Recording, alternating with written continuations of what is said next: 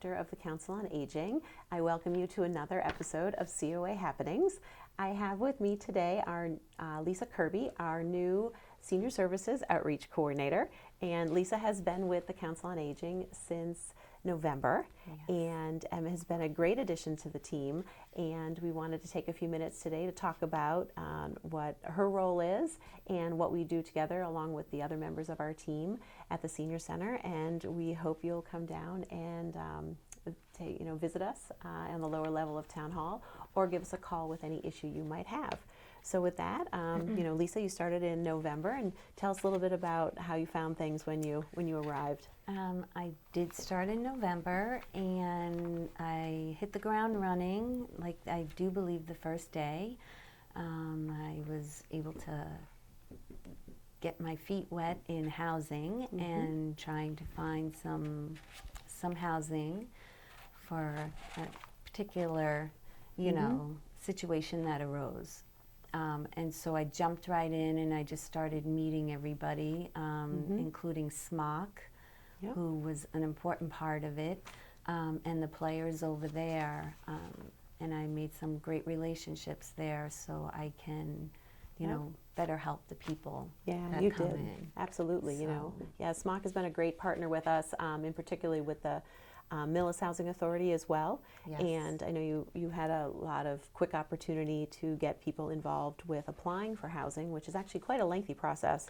But you've had experience with that, and it's the statewide CHAMP application. It is, and you can either do the paper copy or do it online, fill it all out online, and I invite people to come in if they want to fill it out. I'll do it with them, which most of them opt for, and I just get as many people that want to apply for that and get it into the system and get it over to the Housing Authority girls.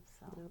Absolutely. I mean, and coming on board between learning about the other partners in town, the Housing Authority, obviously our police and fire department, you said your relationship with Smock, who holds our partnership with fuel assistance. Yes. And then learning about all the other things that we do down there in terms of transportation and supportive services, food resources for folks. You've had quite a bit to learn about for Millis, and have done it very well. It's enjoyable. Everyone who comes through and sits in my office, or we just sit out in the little living area, I call it. It's very comfortable, and we just figure out what's going on, and then I try to point them in the right direction of, if they either need Shine, Medicare, or, what else is out there. Speaking of Shine, so for folks viewing this, Shine is serving health insurance information needs of everyone.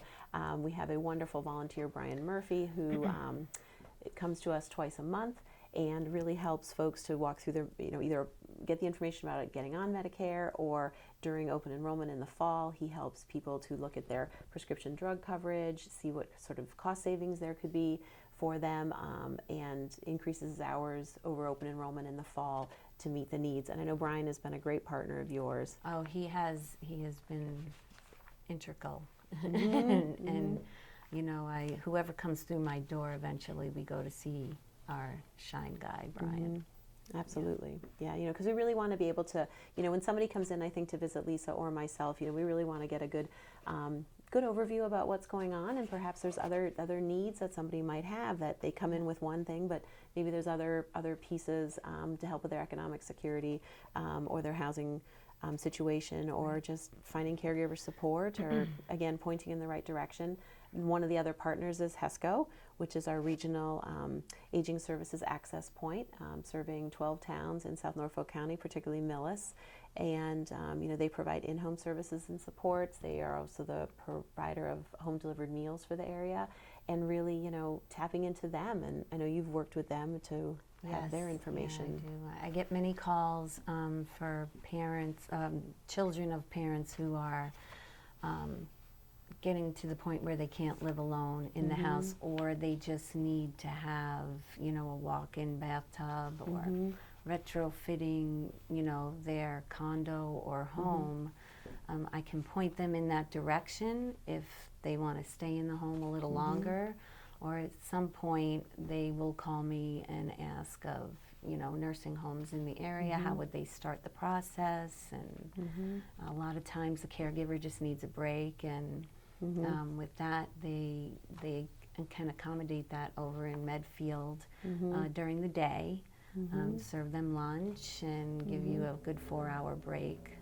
So that's another option. Right. And what about we have the Memory Cafe here in Millis. Yes, we do have the Memory Cafe, which is great. And sometimes we do have it here, and then or at the library. It's exercises, music, which is the best, I do believe, for memory loss, because they will always remember song. Yeah. So. Yeah, it's usually a nice morning. It's a bit of coffee and conversation, some opportunity for caregivers to, you know, chit-chat and share experience, and an opportunity for their loved one to be engaged in a particular activity. So our library here in town does a nice job hosting that, and then on occasion we host it at the senior center as well. But in addition to all of those things, you know, we provide rides at the senior center for medical transportation or errands.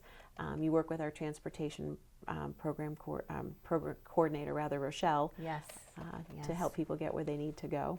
And she does. Yes, she is great. And they call in from anything from just going to CVS to doctor's appointments.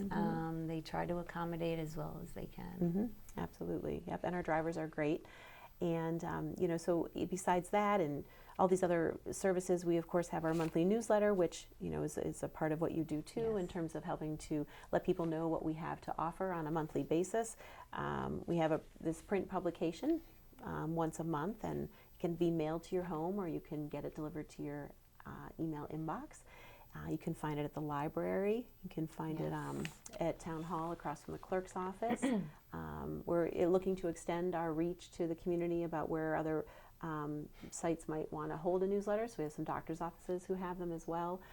We really encourage you, you know, with all the information we just talked about, we have a monthly activity calendar, which talks all about our social groups and our, like your new walking club. Yes, which is fun, and we're enjoying it.